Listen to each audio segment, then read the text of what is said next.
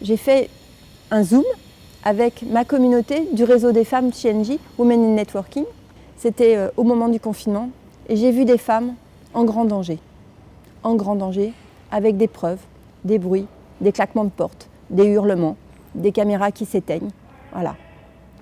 C'était pas beaucoup de femmes, c'était 2 cas, mais c'était trop.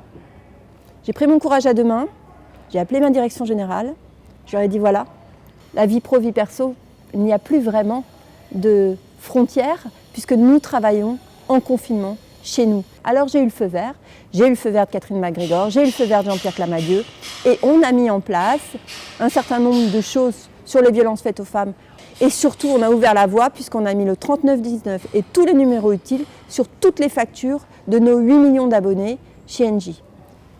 Bonjour, je m'appelle Elisabeth Richard, je suis directrice des relations avec la société civile chez Engie et je suis personnalité qualifiée au Haut Conseil à l'égalité pour le gouvernement français.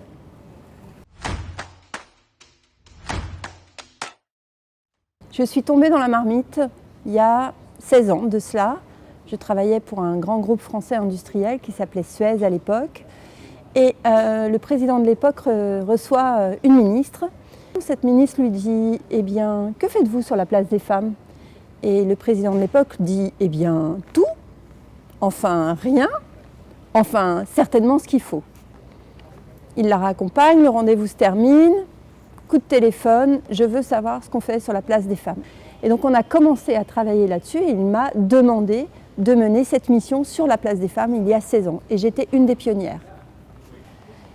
J'ai mené tous les sujets autour de la place des femmes au niveau égalité professionnelle dans un premier temps, en même temps.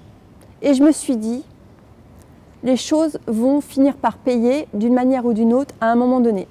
On a été le premier groupe français avant la loi Copé-Zimmermann sur la féminisation des conseils d'administration, à avoir 63% de femmes. On était hors la loi. La loi Copé-Zimmermann, c'est 40-60 d'un genre ou d'un autre. Et il a fallu, quand la loi est tombée, nommer un homme à la place d'une femme. Sincèrement, c'était une première. Et voilà, bon, ça a fait valeur d'exemple. Ah, le sujet de la maternité est un vrai sujet dans l'entreprise.